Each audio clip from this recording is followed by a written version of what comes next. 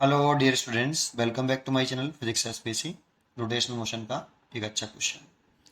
A uniform rod of mass m and length l is suspended by means of two light inextensible strings as shown in figure. Tension in one string immediately important word है, after the other strings is cut. ठीक है, चलिए देखते हैं कैसे करें इसको। सबसे पहले अगर इस स्ट्रिंग को यहाँ से क्या कर दें, हम कट कर दें, तो इसका टेंशन तो इमिडिएटली जीरो हो जाएगा। जैसे जैसे कट करेंगे तो कट करते समय इनिशियली इसकी एंगुलर स्पीड तो जीरो होगी, इनिशियली एंगुलर स्पीड जीरो होगी, तो इसका सेंटर ऑफ मास पर एक तो होगा टेंजेंशियल एक्सेलरेशन, नीचे की तरफ m g centre of mass है, और इस जगह पर होगा इसमें टेंजेंशियल एक्सेलरेशन ए टी, और इस जगह पर एक रेडियल एक्सेलरेशन होगा ऐसे, लेकिन उसकी वैल्यू जीरो होगी। ए रेडियल इज इक्वल टू होता है आर ओमेगा स्क्वायर।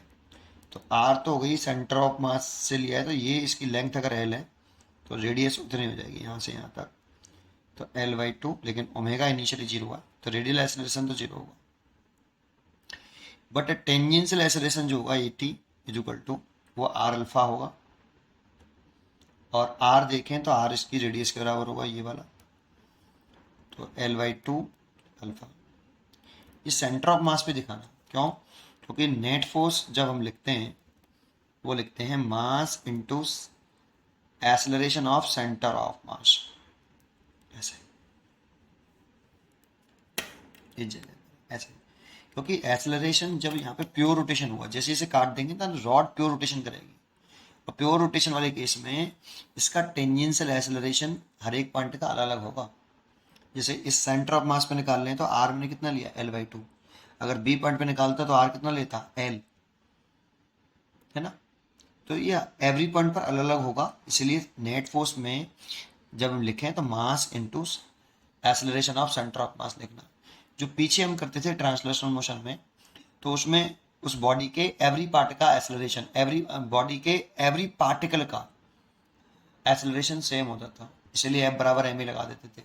लेकिन यहाँ पे इस बॉडी का जो रोटेशनल मोशन कर रही है प्योर रोटेशन में, इस वाले केस में इसके इस बॉडी के एवरी पार्टिकल का जो सेंटर टेंजेंशियल एक्सेलरेशन होगा वो अलग अलग होगा, इसलिए f net is equal to mass into acceleration of centre of mass लिखेंगे। ठीक है, चलिए एक पॉइंट दूसरा, यहाँ पे टेंशन टी ए, ठीक है, और उसने कहा immediately after the other string is cut, तो इमीडिएटली कहा इसलिए इनिशियली तो ये जीरो होगा, तो इस जगह पे मैं टेंशन निकाल सकता हूँ, नेट फोर्स निकाल सकता हूँ। तो देखो अगर मैं नेट फोर्स लिखूं,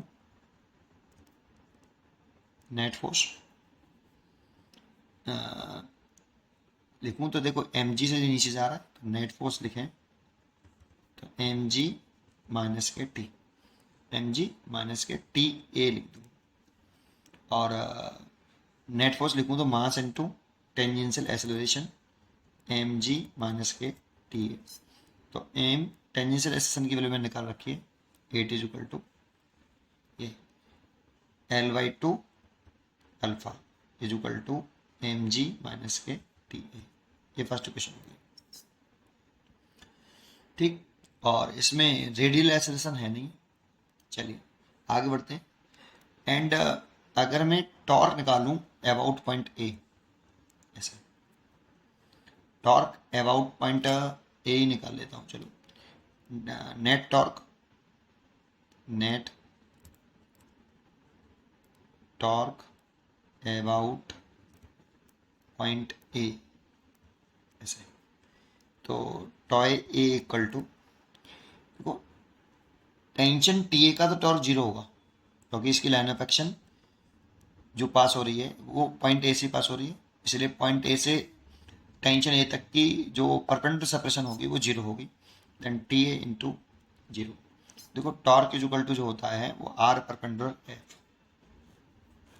तो इस फोर्स की टी ए की लाइन ऑफ एक्शन आई है, और पॉइंट ए से इस लाइन ऑफ एक्शन के पर परपेंडिकुलर करें पॉइंट ए से तो जीरो, तो आर परपेंडिकुलर जीरो, इसलिए T A zero, T A का जो टॉर्क होगा वो जीरो होगा। अब बचा एम जी, एम जी का टॉर्क लिखें तो प्लस ये एम जी, आर परपेंडिकुलर हो गया आपका ये वाला, ये इसकी लाइन ऑफ एक्शन हो गई। और पॉइंट ए के अबाउट टॉर्क निकाल लें तो पॉइंट ए से जब हम इस पे परपेंडिकुलर डिस्टेंस देखेंगे लाइन ऑफ एक्शन पर, तो ये परपेंडिकुलर डिस्टेंस होगी जो कि L/2 है। और टॉय इज इक्वल टू एक फॉर्मूला और होता है I alpha, tau is equal to I alpha. तो इस वाली कंडीशन में अगर मैं टॉय की वैल्यू आई अल्फा पुट करूँ तो I alpha is equal to m g L/2। I जानते हो इस फॉर्मूले का एक कंसेप्ट होता है टॉय बराबर आई अल्फा का, कि आप जिस पॉइंट के अबाउट टॉर्क निकालो उसी पॉइंट के अबाउट मोमेंट ऑफ इनर्शिया भी निकालो। ऐसा नहीं कि टॉर्क लिखा आपने पॉइंट ए के अबाउट और मोमेंट ऑफ इनर्शिया लिख रहे हैं आप सेंटर ऑफ मास के अबाउट, तो ऐसा मत करना, ठीक है। तो जिस पॉइंट के अबाउट टॉर्क लिखो उसी पॉइंट के अबाउट मोमेंट ऑफ इनर्शिया लिखो, ये इंपॉर्टेंट है।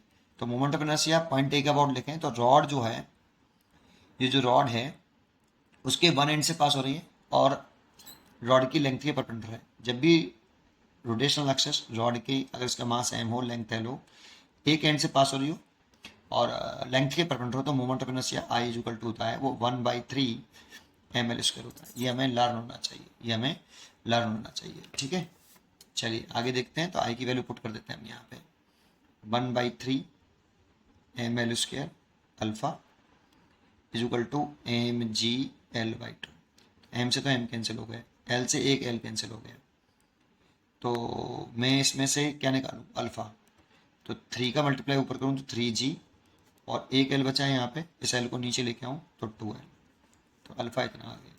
और ये अल्फ़ा की वैल्यू आप किस में डाल दो, फर्स्ट इक्वेशन में से सॉल्व कर लो, आंसर निकल आएगा। From equation first m L/2 alpha equal to m g minus के टी ए, मेरे को टी ए निकालना है।